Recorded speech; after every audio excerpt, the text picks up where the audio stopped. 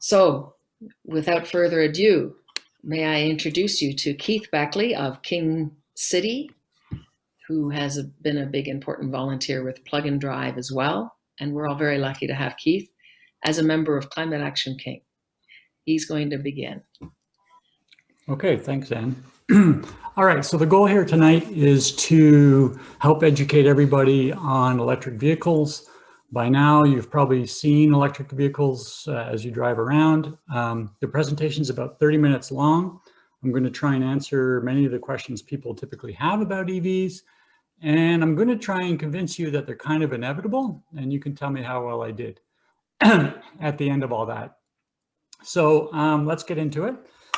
Just gotta click on here. So every presentation has a little what to do. So I'm going to tell you what EVs are. I'm going to tell you about charging. I'm going to tell you why they're so good.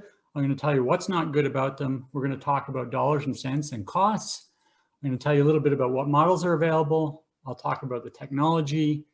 Then I'll have 3 slides at the end on why EVs are inevitable. I'll tell you a little bit about my experience. I got my car back in 2012. And then we'll have Q&A. And based on our last one, the Q&A was really rich. There was a lot of good questions. So please don't hesitate to ask. Had a lot of experience with EVs. I followed this space very closely. So let's jump right in. Okay, so we need to define an EV, and there's really 3 kinds out there, and they're all in the market. So it's called a non-plug-in hybrid. These have been around since 2002 when the Prius came to Canada, and it's got a battery, an electric engine, and a gas engine.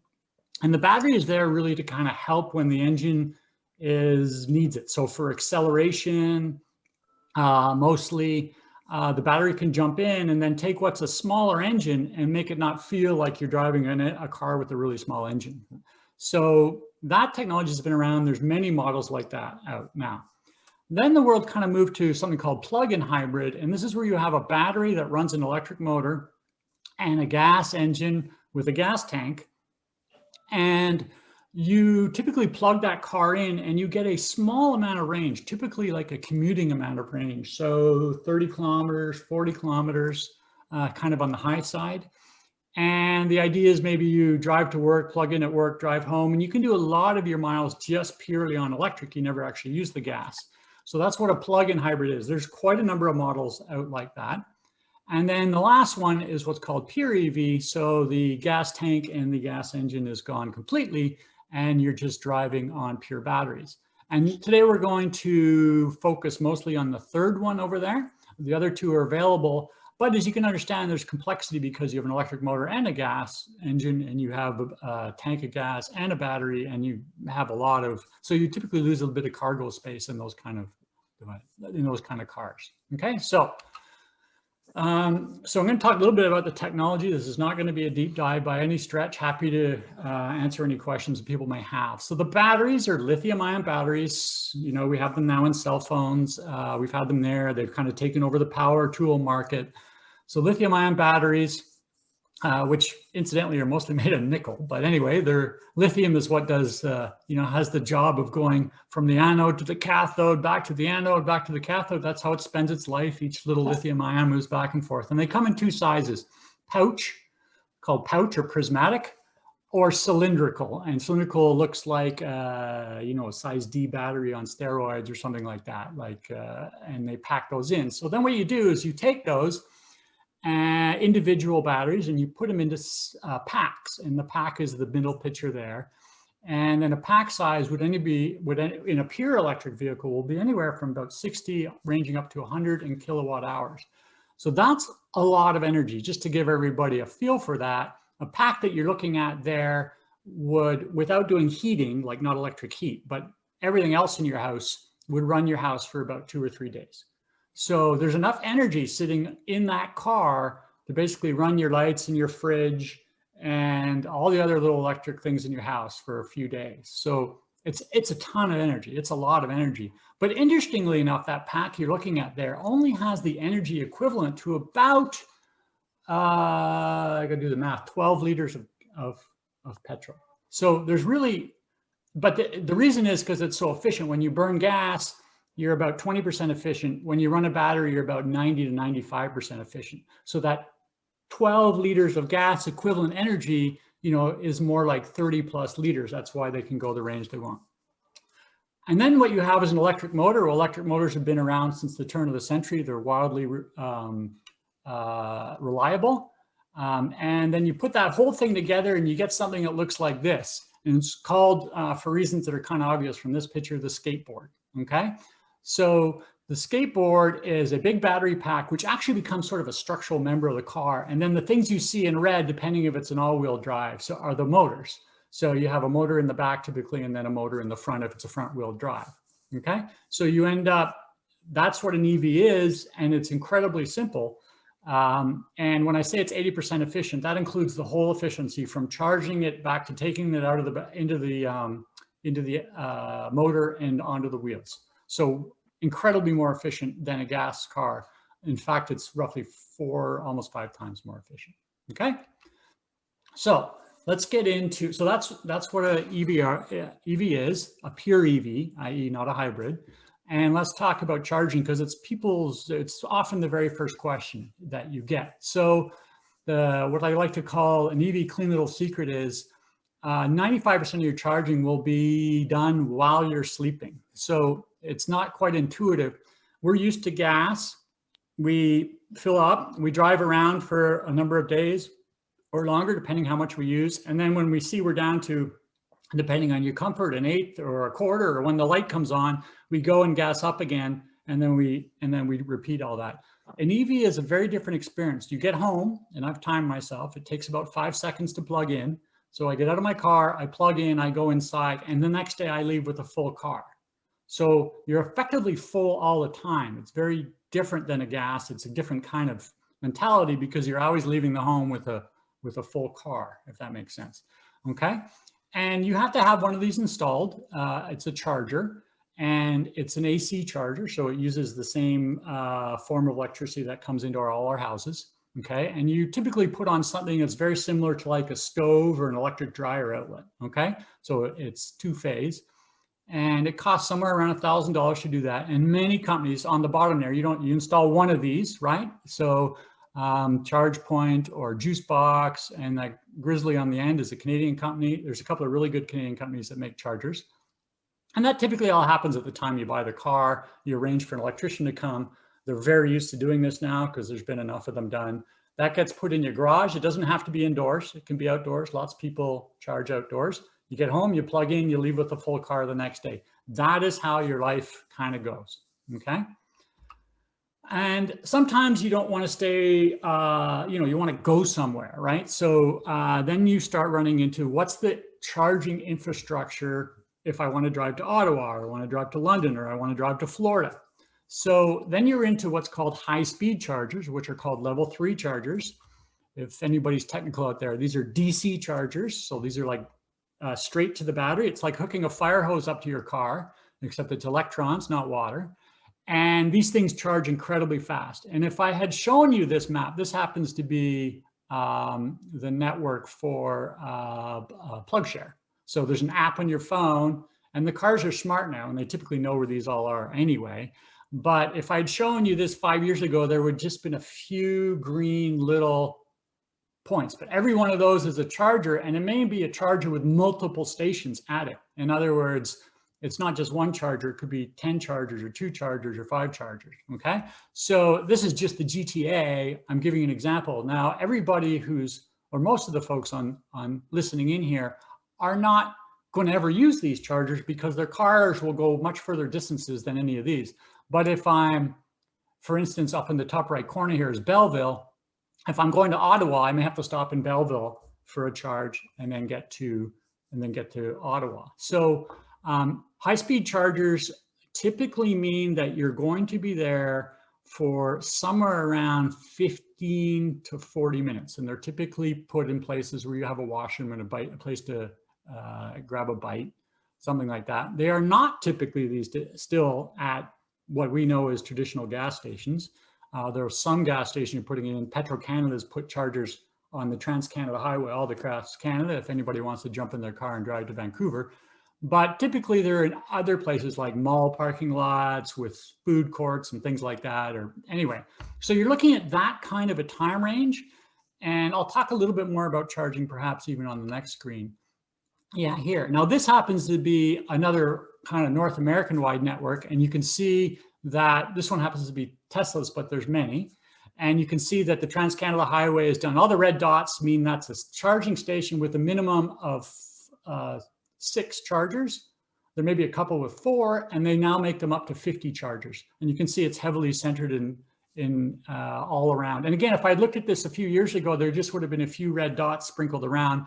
My wife and I, about 3 years ago, did a road trip from Toronto to Florida, and we just hit these little red dots all the way down. The car's smart. It tells you when the next one is, how far, how much charge you're going to arrive with, how long you're going to be there, how long to the next one. It's incredible.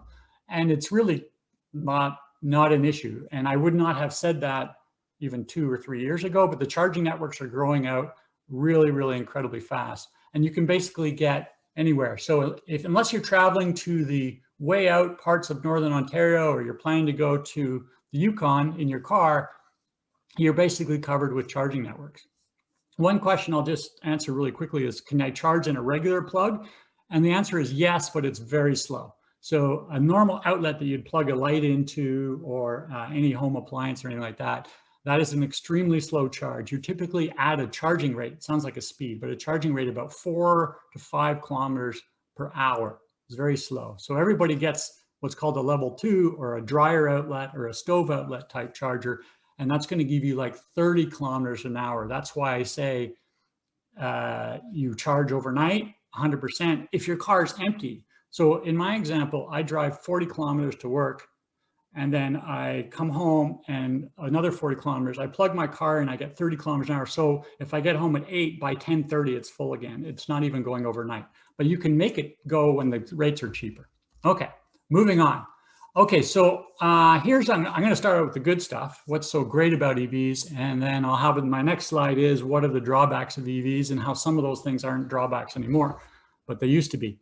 So here's the sort of secret about EVs, is they actually have the best performance of any cars. And the reason they do is because when you put your foot down on a gas pedal, a whole bunch of mechanical things have to happen. The computer has to register you've done that. It has to open the valves up. It has to add more gasoline to the mix. And there's that little hesitation. It's instantaneous in an electric car. You put your foot down, the car is going. So it really has a really neat feeling to it. And then it has amazing handling. And the reason it does is because all that weight is down low. You remember that skateboard I showed you where the battery's all down low? Well, any car designer will tell you you want the weight down. And that means when you go around a curve, you're going to go around the curve and not be flung out and anything. It's really, really impressive. And you got to try it to believe it. I've already discussed they're more efficient. So we'll get into the dollars and cents a little later on, but they're like 4 to 5 times more efficient. And here's the thing that many, many people don't understand, is that they are the safest cars tested. So without a doubt, all of the electric cars that have gone through all the safety testings, the crash, the side, the quarter, the rear, all those, they always come out with the best safety ratings. And it's simple. It's because the front of the car has no engine they have to worry about coming into your lap. It's just free space. So the whole front of the car is like a crumple zone. And then the battery down below adds as this sort of protective stiffener. So when they do the side impact tests and they throw a car into a telephone pole, the battery stops the pole from coming in, not all the parts of the doors, which a traditional car has to do. So these electric cars have just gotten all the highest safety ratings. And a lot of people don't really realize that, but it makes sense because you can now design the car just about on safety, not trying to have a gas tank and an engine up front and a exhaust system running underneath, okay? They're by far and away the cheapest to operate and maintain. I'll discuss that a little bit more. And just as a number, well, I think I talk about it later, but it's just way fewer moving parts, and I'll talk about that. They're very, very quiet because you don't have the roar of the engine. The electric motor is basically silent.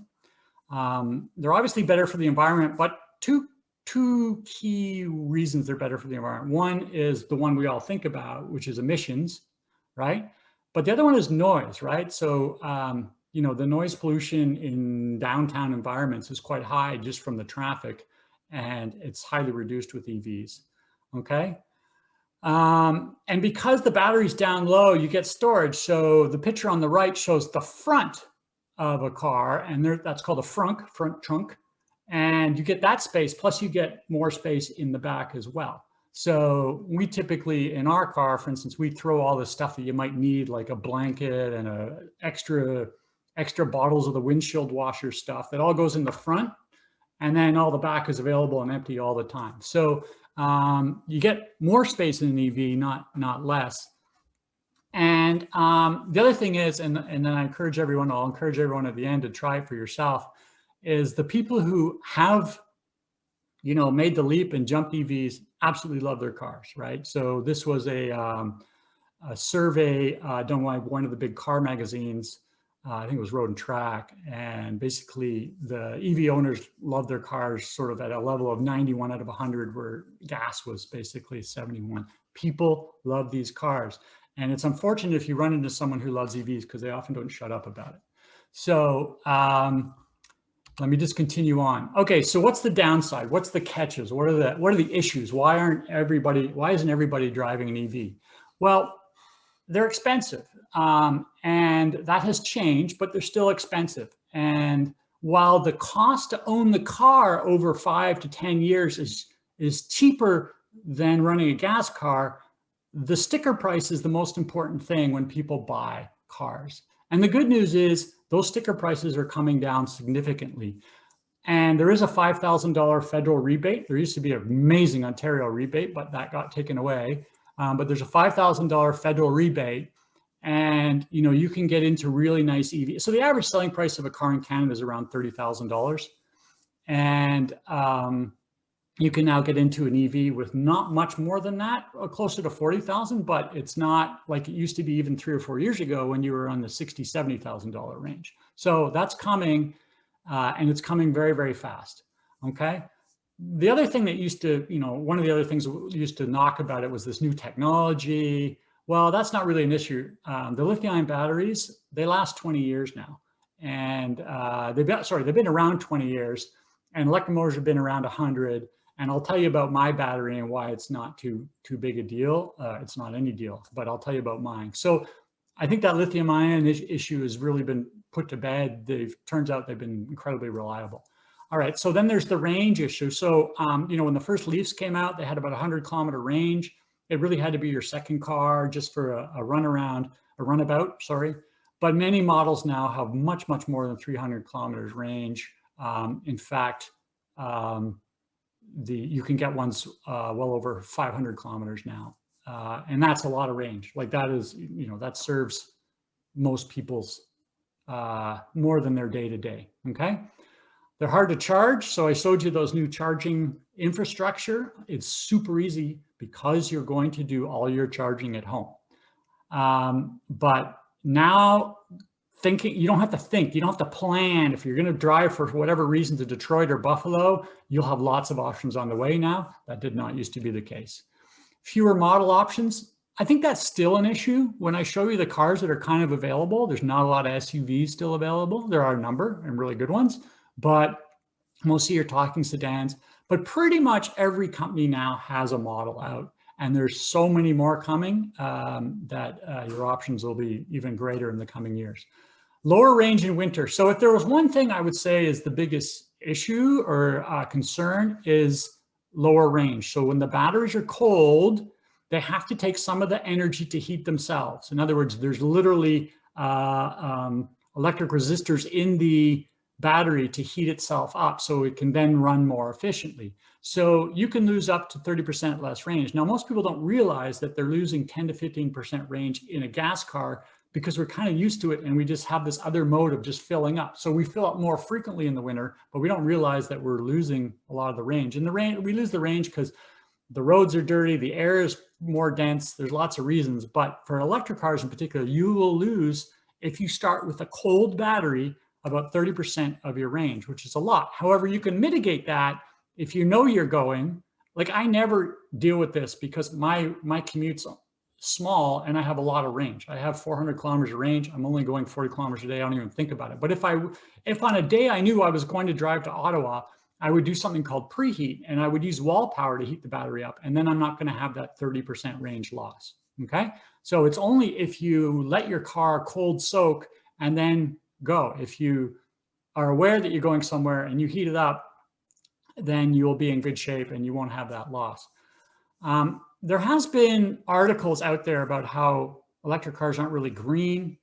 It's really, really wrong and bogus, but there's this kind of concept of a dirty tailpipe. Well, if the electricity that's powering your car is dirty, then, then you can say the car is not clean. It's not really true. Even from coal, electric vehicles are much more clean than gas cars. But in Ontario, we have about 95% clean electricity. We have a little bit of peaker plants for gas. So basically, we're running on clean energy here in Ontario. Your car is incredibly clean. And then the big question that I had when I got my car 9 years ago was, how much is it going to cost to replace my battery? Well, it turns out never. You're never going to have to replace your battery. The batteries will outlast the cars. The car will fall apart before the battery dies. And that has been phenomenal and really a revelation. Okay, let's talk dollars and cents. Okay, so EVs are about 75% cheaper to fuel than a car.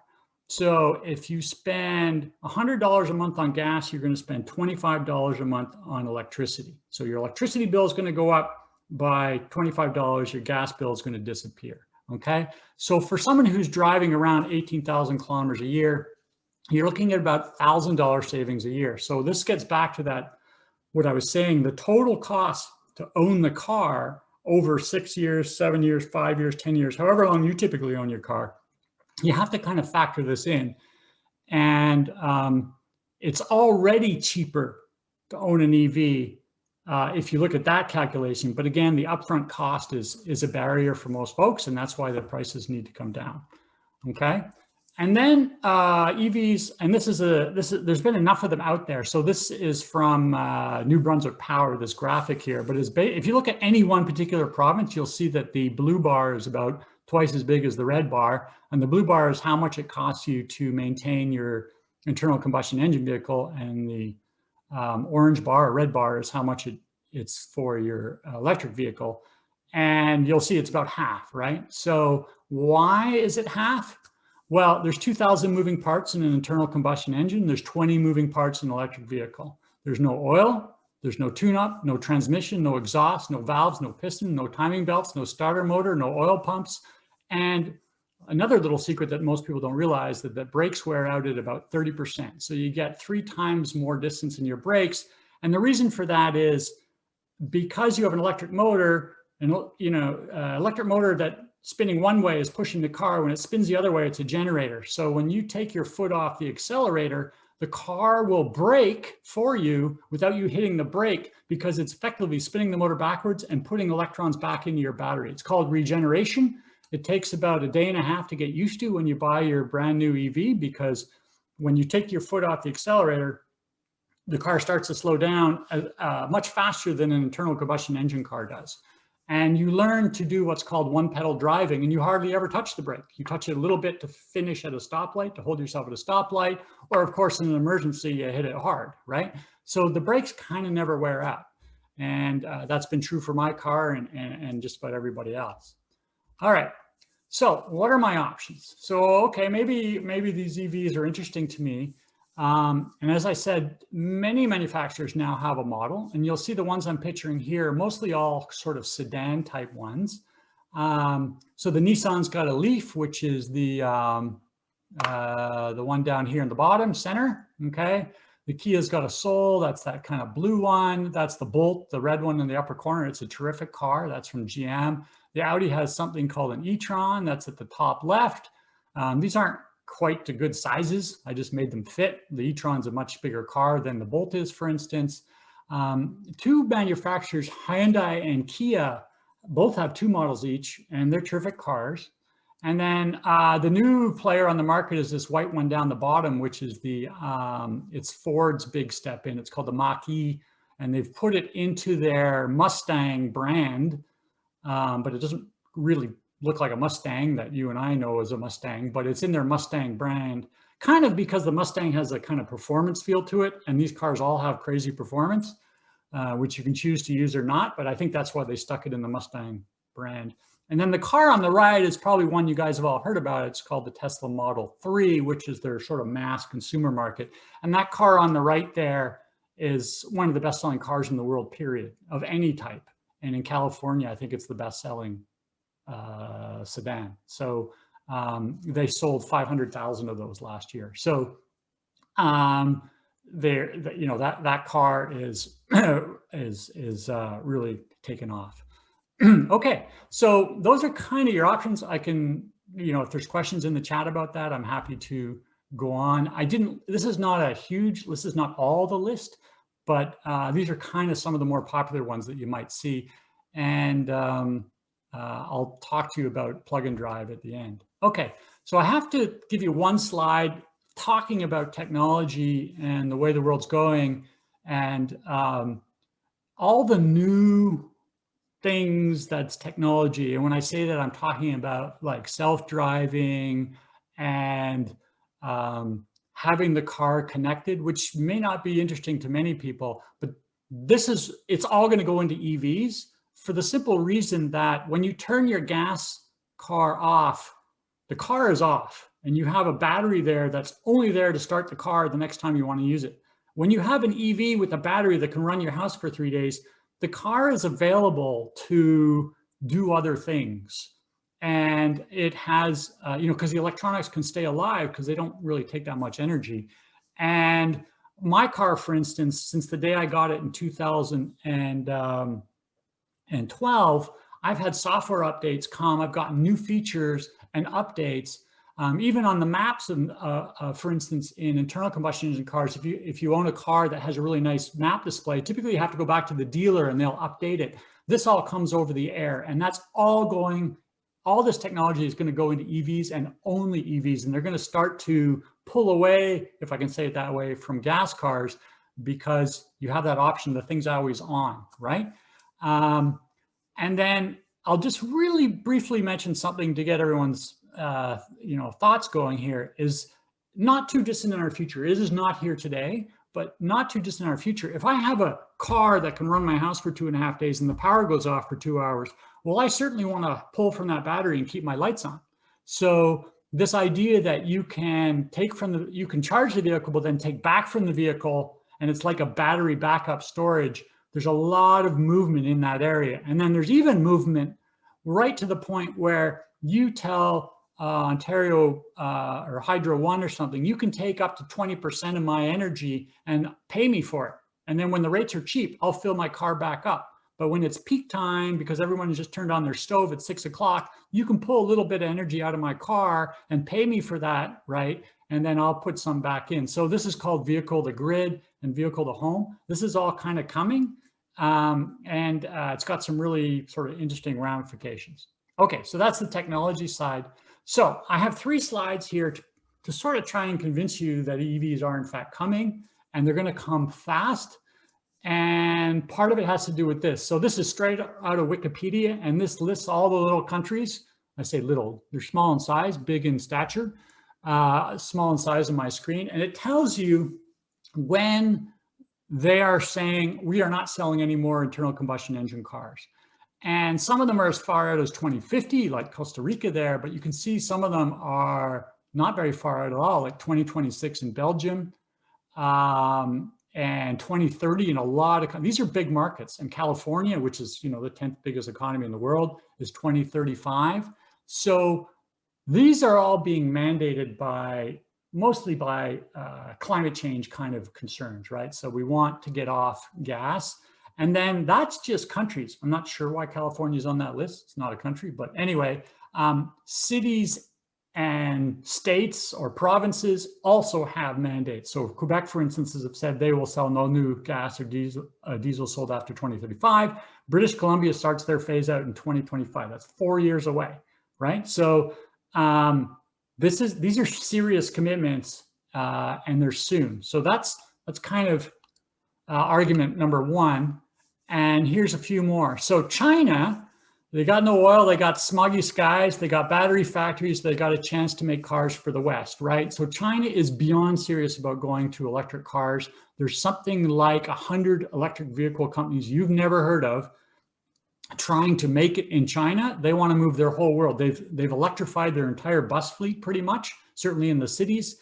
And they want to win this war, and they want, if you call it a war, this battle, or this commercial fight, and it's their chance to actually make cars for the world, right? Remember when Japan came in the 1970s with their cars, and they weren't very good, and then they became really, really good over time, but it took them 20 years to gain people's trust that they would buy, and now we think a Honda or a Toyota, great car, right? China doesn't want to do that. They can leapfrog. They never need to play the gas game. They can go straight to EVs. So they're super focused. And they're by far the largest car market in the world, right? So they're going to bring the cost down. So the costs are coming down like crazy. Battery costs have been falling at about 8% a year. And that's even going to go faster over the next few years, because some of the world's biggest factories are being constructed right now to produce these batteries. So when volume goes up, prices come down. Lots of countries are now doing incentives, and the total cost of ownership is already better, and I've talked about that. And then EVs, as I mentioned, are getting all the cool technology. So for those, a certain percent of our society want all the latest and greatest gadget. Well, EVs are the latest and greatest gadget, and that's going to drive this process. And then the last thing is buses, delivery vans, trucks, ferries, and even planes for short haul are all going electric as well, right? So, instance, Amazon is backing a company called Rivian, and they're getting 100,000 electric delivery vans over the next couple of years, right? Buses, Toronto is already trialing electric buses, and a few other Canadian cities are as well. So these markets are going electric because they save so much money to municipalities and companies. So that's just going to drive this whole process. So in a sense, personal ownership of a car is the last place that EVs are going to finish taking over, but it's already happening. And then this last graph is really, really, really interesting. I just want to spend a moment. So this is Norway, and there was actually a Super Bowl commercial about this. And it basically, they were upset because Norway was winning at EVs, and it was, I think it was Will Ferrell in the commercial. But if you look at 2020, last year, in Norway, 54% of the vehicles sold were pure electric batteries. Now, I got to say, Norway is miles ahead of everyone else. So I'll explain that in a sec. And then another 20% were these plug-in hybrids, and another 8% were hybrids, which I explained at the very beginning. In other words, only 15% of new cars sold in Norway last year were either diesel or gas. So they've kind of converted, and this year is even going to be more than that. And and Canada, I just got the number last week. So Canada is now at 4% last year. So in 2020, now 2020 was a weird year for reasons that I don't need to remind anybody on here. But Canada was at 4% last year. So we're right between where Norway was in 2012 and 2013. So every country is going to go this way. You're going to see this green bar over the period of 5, 6, 7 years just absolutely grow. And the reason it happened in Norway is because they put huge incentives in. It's a very wealthy country. The government was well aligned that this is how they wanted to go. But one thing I really want to point out, that let me pick a year. If you're in 2016, which is I think would be the last year where half of the cars sold were still gas or electricity, if you bought a gas car in this year and you like to hold your car for 5 years, then look what your car is going to be worth in 2021. What's the resale market? What's the resale value of that car? No one in Norway is buying your car. So this is what I try and impress upon folks when they talk about EV. Even though we're just up here, it's not too long before buying a gas or diesel car is going to really have massive depreciation, because by the time you go to sell that car, everybody's going to be looking at EVs, because remember, they're cheaper to operate and they're cheaper to repair.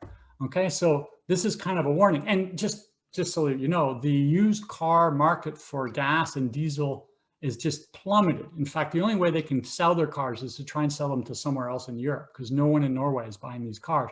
So even though you may want to wait until you're over here when a lot more cars are being sold like that, everybody who's buying these cars in these years is going to end up with, in economist terms, stranded asset. Okay, moving on. So very quickly, my story, that's my car. I got that car in, I think I said, yeah, I reserved it in 2009. I got it at Christmas. It was a lovely Christmas present in 2012. So I'm through my 9th winter with this car. So I'm very used to winter driving. And I put really good winter tires on, like everyone should. So I've gone 225,000 kilometers. I've had reasonable repairs. If I'm very honest, I've had more repairs more recently. It is a 9-year-old car. So what have I had to repair? Well, I've never had to repair the battery, never had to repair the motor. I've never had to do anything with the electric, except this at the very back where the rear light is, there's a little charge port there. And I had my charge port fail under warranty very early. My car was one of the very first in Canada. Okay. But well, I had the suspension issues with 9-year-old car. That's not surprising. I had an issue with the front trunk latch. So that had to be repaired as well. But basically, I haven't had any issue. And when I bought my car, I was convinced that I was going to be in 10 grand for a battery after 3 or 4 or 5 years. So my battery has lost 10% or 8%. It's actually 8, but I always round up to 10% of its range since I got it. So when I first got it, I could charge to 410 kilometers and a full charge. Now I'm at about 375. So, and there's 3 generations of battery technology since my car. So the newer batteries are even much better. So you will lose some range over time, but you always lose it the most in the first kind of year and a bit. And then it's very, very little range. So my battery is going to outlast my car, which is fantastic. And, just the number of times I've ran out of charge is 0. The number of charge I couldn't go where I wanted was 0. And as I always have told my poor family for years and years and years, I'm never going back, right? So once you buy an EV, there's no going back, right? And if you're a 2-car family, we were a 2-car family and we swapped mine and we used it to go everywhere. And we always fought over it. And then when my wife's car was ready, we bought an EV for her. And now we're a full EV family and we couldn't be happier about that. So we have 2 chargers in the garage. And I haven't been to a gas station except every now and then I go to get a car wash. So that's my story. And then I want to just highlight 2 resources here, and I'll bring up the web pages in a sec. There's the Electric Vehicle Society of Canada, a great group. They do seminars. They go out, pre-mask days from that picture. Owners love this, right? So they bring their cars. I've gone to many of these. People crawl over the cars. I give test drives. It's a real good community, really good advocate. So they advocate and then they also educate and they have online seminars. And then Plug and Drive is this amazing place that's right down in the city. I think it's like a Dufferin and 401 area. And you can go there and they have all the models from all the different manufacturers, except actually Tesla, ironically. And you can test drive them, right? So you can try the Bolt, you can try the Mach-E, you can try the Neo, the Corona, and just see which one you like and learn. And they're there to educate you. So yeah, I'm not sure exactly what they're doing right now, and because we're just coming out of the lockdown, or maybe in Toronto, I'm not sure. But they're fantastic. Post-COVID, that's the place to go if you're not sure. So that's the end of my presentation. I'll just show you one thing really quickly, just those 2 websites. So this is the EV Society. You'll see the URL up at the top, evsociety.ca. And they have tons of information about charging and everything you can do. And then this is Plug and Drive. And you can literally here basically go EV models available in Canada, and they have this wonderful thing. You just scroll through them. And this includes everything from pure EVs to plug-in hybrids. So if it's got a battery of any type inside of it, they list it on here, and you can see what the range is and the incentive and all that kind of stuff. So that's the end of my sort of formal presentation. I hope I did carry on a little too long. I apologize. Hopefully that answered a lot of your questions. I believe we have someone on who also owns an EV who will just speak briefly. Anne, who do you think would be best for that? We have Debbie Schaefer, her husband Dan Brown. If they could put on their video. Anne, are you there? I'm Yes. here. Well, I can't hear you, Anne. I know that, I think Debbie, you're on, right? Yeah, I'm here. Can you hear me, Keith? It would appear, Keith, Deb that Schaefer is a local King City resident, and she owns an EV. Debbie, you're on mute. Maybe just want to. No, I'm unmuted. But that, oh, You can't no, that's hear. me. Don't worry, that's me. Oh, okay. figured it out. Yes, it's just me, and my husband Dan isn't able to join this evening. But yes, we bought a Hyundai Kona in October. We did so. Part of our search included going to plug and drive, what Keith has mentioned. So I forget what the color of the shutdown was at that stage. It wasn't shut down, it was red or something. And even during then, with appointments, you could go, and we had a chance to drive one of the EVs there. And then we also went to a couple of the car lots to do so. So my thoughts about having an electric vehicle and my Kona, I love it. We both enjoy driving it very much. If Dan was on, he would say what he really appreciates is the surge in power when you put your foot on the pedal and off you go. And that is extremely pleasurable when you are trying to merge onto, say, the 400. And you're coming off a collector lane and you want to get in. And right away, you can be traveling as fast as you want. It really is incredible. It is really quiet. It's funny, before I bought the Kona, I heard people talking about how quiet it is.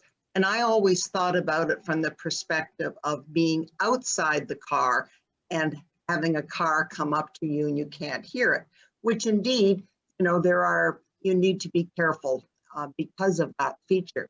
But when you are inside the car and it's so quiet, you can really, if you love listening to music, you can really hear that music, and conversation with people in the car is much easier.